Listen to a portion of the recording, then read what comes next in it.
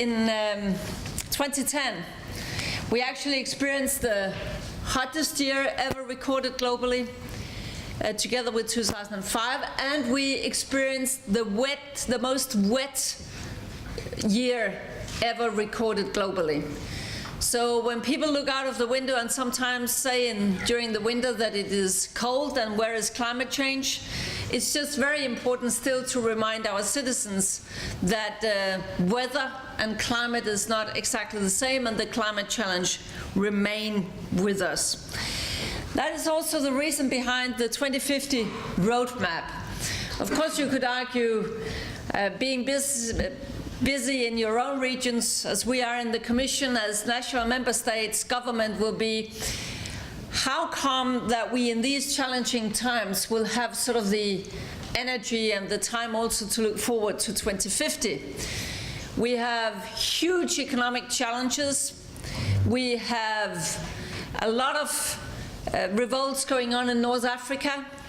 We have very dramatic events in Japan and so on and so forth. So of course we could ask ourselves, how come we can look towards 2050? But I think it's pretty interesting to note that one of the reasons why, for instance, Tunisia initiated what has now been sort of a lot of revolutions in North Africa, that was actually due to increasing food prices. Then what was started in Tunisia spread to Egypt, then to Libya, and as you know, one of the consequences then was very steep increase in oil prices. This is when the food prices are increasing, it's not just because of climate change, but climate change is one factor that makes things even worse. In that sense, it's a destabilizing, potential destabilizing factor. And I think that what we have seen unfold in recent weeks and months in Europe shows how interlinked different challenges are.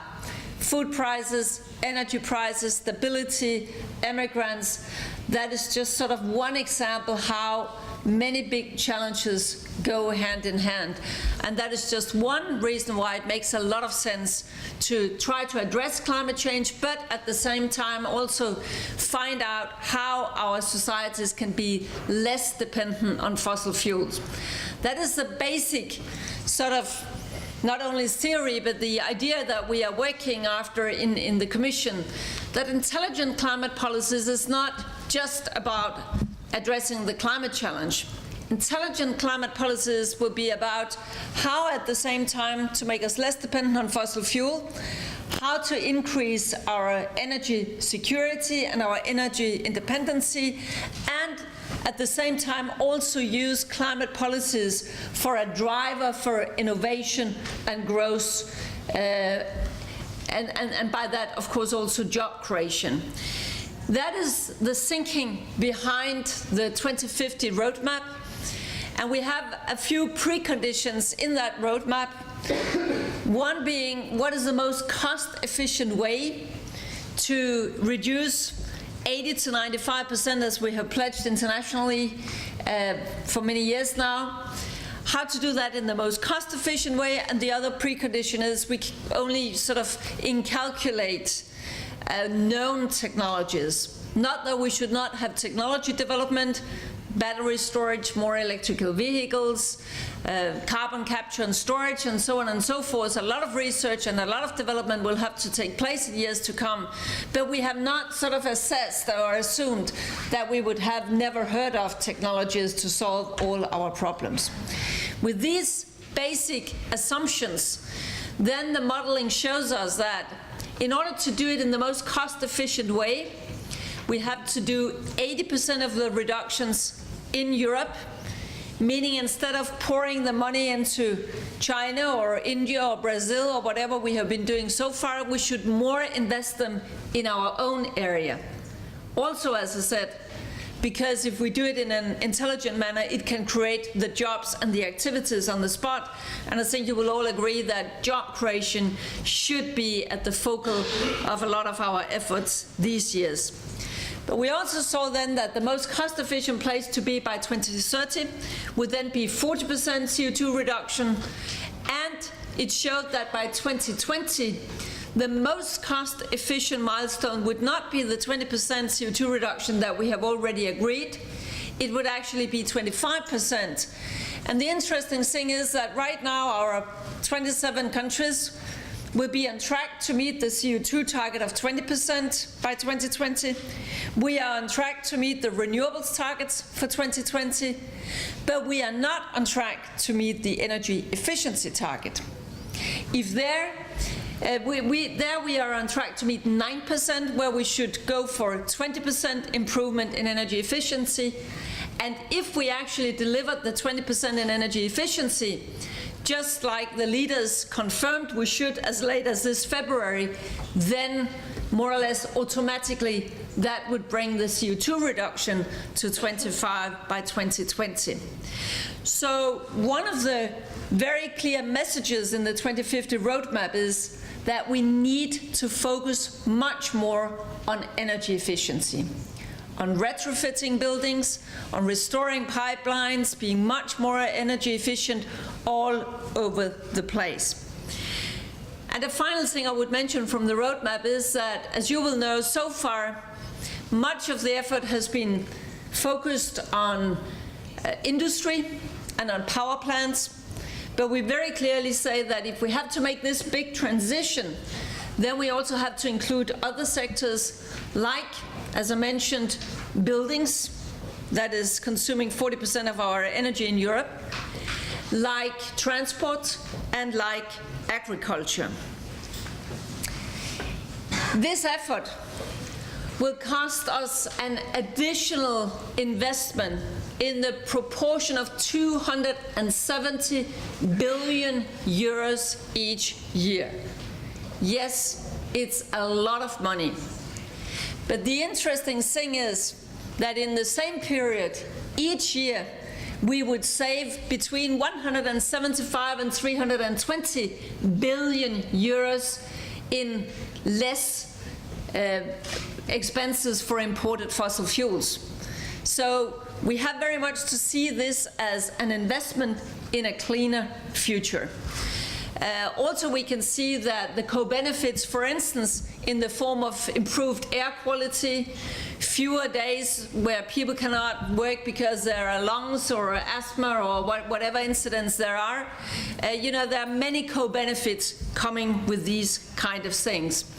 So that was just to start with the broader picture.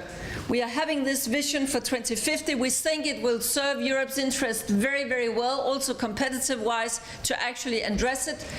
And needless to say, what we can do at the European level is to have the overall vision, the overall framework, the overall targets. But those who will have to sort of fill in and just get things done, that will, of course, very much be up to cities and regions. I'm sure that many of you from the regions you come from already will realize that climate change is already happening, that you see floodings, for instance, and you see how it impacts your water systems, and it gives unexpected expenses and so on and so forth. But it's not just that you can feel the impact of climate change. Of course, regions will also contribute to climate change. Cities and hubs of regional economic growth are actually responsible for 75% of the emissions in the European Union. Regions, of course, then also have responsibilities for actions in multiple fields. For instance, the public buildings that I mentioned, that you will have a special responsibility in many member states. Public transport infrastructure, some of these areas will, in many cases in Europe, be sort of dealt with very much by the regions. Also protection of rural areas and other things, there you will have a special role to play in many of our member states. To exploit synergies and provide coherent network for action in these fields, regions like member states should have regional climate strategies. According to my information, 11 regions already have this, but I think that means that there are still a lot to go. But I think that there are some good examples. For instance, in France, they already have introduced a system of carbon proofing. There are already examples there that climate screening of project for regeneration of a coastal area, for instance, led to the decision to displace a coastal road. That's sort of the kind of climate proofing, that's the kind of intelligent planning that we need. There are also some not so good examples. For instance, in Poland they are modernizing regional road networks, but the modernizing is done faster than the modernization of regional railway, and that of course risks that you are locking in the whole transport infrastructure so that it goes to road instead of to rail, and we know that that will only provide problems for the future. I also believe that regions can promote structural change, but they often lack knowledge and capacity. And this is reflected by the lower use of EU regional funding on climate-related projects than on other projects. There, I hope that networks can help sharing good practices. I know that there are very good examples that this is already happening, for instance, in Italy and Spain. In Barcelona, more than 140 localities, that is 4.5 million people, have signed up collectively for the Covenant of Mayors. And under the Covenant of Mayors, more than 2,300 local authorities now have gone beyond the 2020 targets. That is really a substantial contribution, a substantial effort to deliver on this.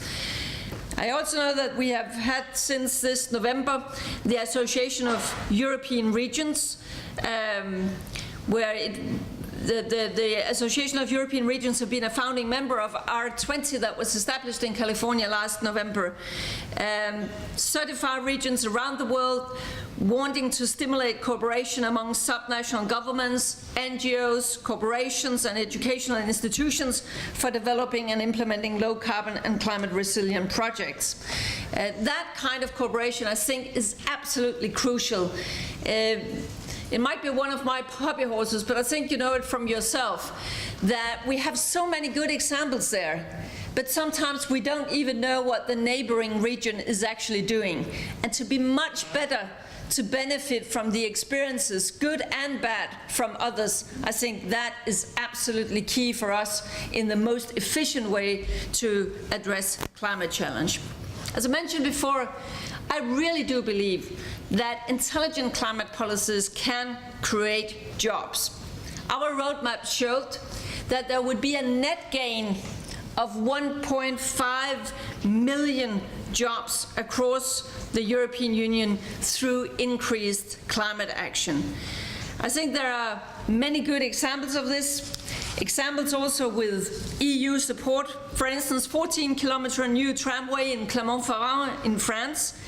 It gives 20% less car traffic in the city center, and it has created or maintained around 7,000 jobs.